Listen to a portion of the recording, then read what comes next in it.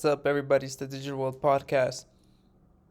And I'm going to show you something that I've been talking about on this channel.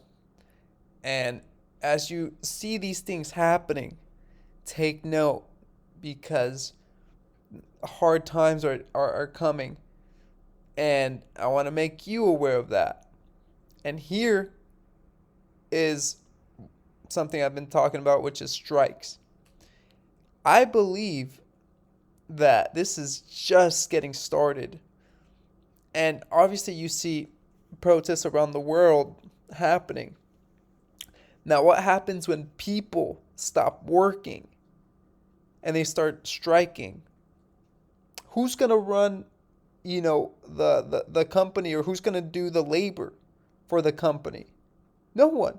If everyone's on strike, then the company has, I mean, you can't just train other people out of nowhere immediately to do the job that was once filled by someone who was working there for years, maybe even decades.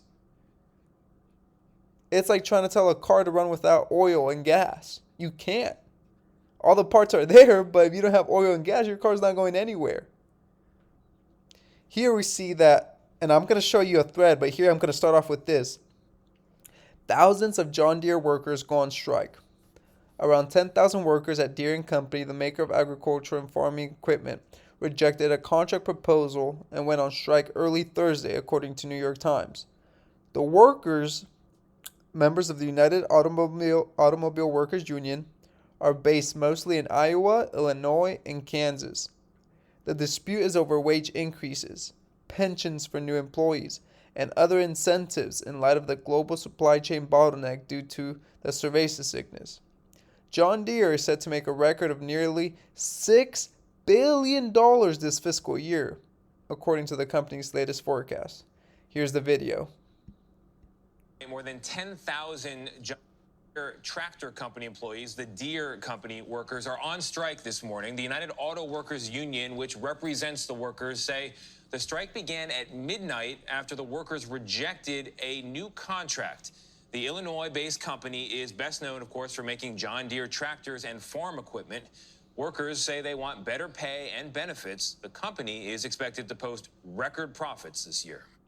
Okay, and this is going to happen everywhere. One thing I've been talking about is as the price increases for food, basic necessities, and shelter, people start cutting on their costs for their costs on entertainment. Because entertainment isn't a need, it's a want. It's a want. And so, as you continue, you'll see this happening in many households.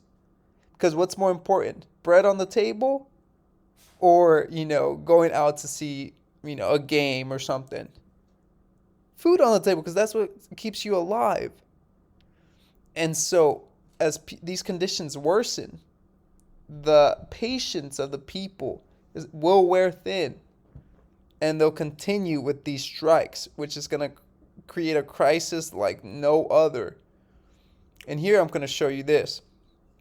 So, Robert Reich is talking about a record 4.3 million Americans quit their jobs in August. And I can't validate that they actually quit. Maybe some people actually lost their job.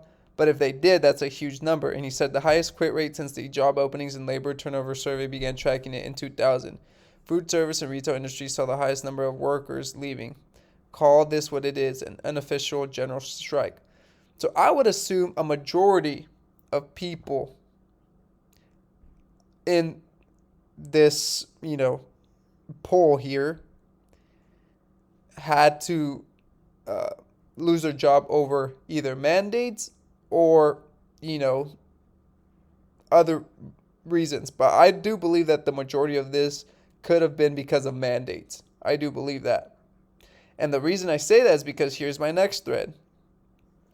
Where are we seeing strikes at? And this is going to be a long thread. It won't, just pay attention here. 10,000 John Deere workers, Spectrum workers in New York, met coal mine workers, nurses, caregivers. We see teachers in Pennsylvania striking, and distillery workers in Kentucky, Reno bus drivers, Catholic healthcare workers, Kellogg's employees, Special Metal / Sulfur pumps, dozens of Thelron workers, El Milagro strike, musicians of San Antonio, McDonald's workers in Michigan. Coming up, Northwestern Compass employees, Instacart strike. Can you see all these things? Kaiser Permanente. This is just the beginning. School bus drivers, they had a strike and they won. Can you see all that is happening? 60,000 entertainment industry workers will be starting their strike on Monday, October 18th.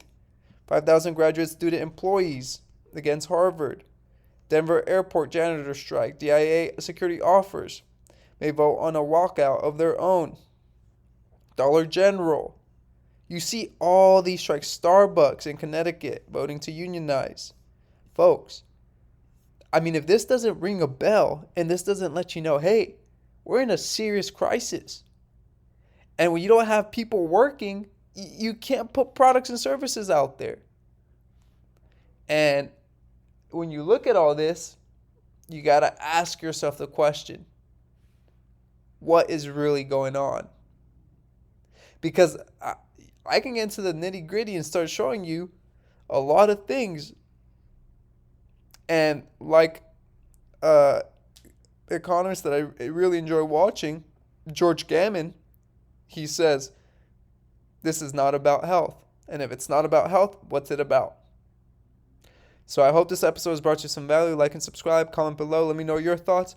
As always, I like hearing from you. This is the Digital World Podcast, and I'll see you in the next episode.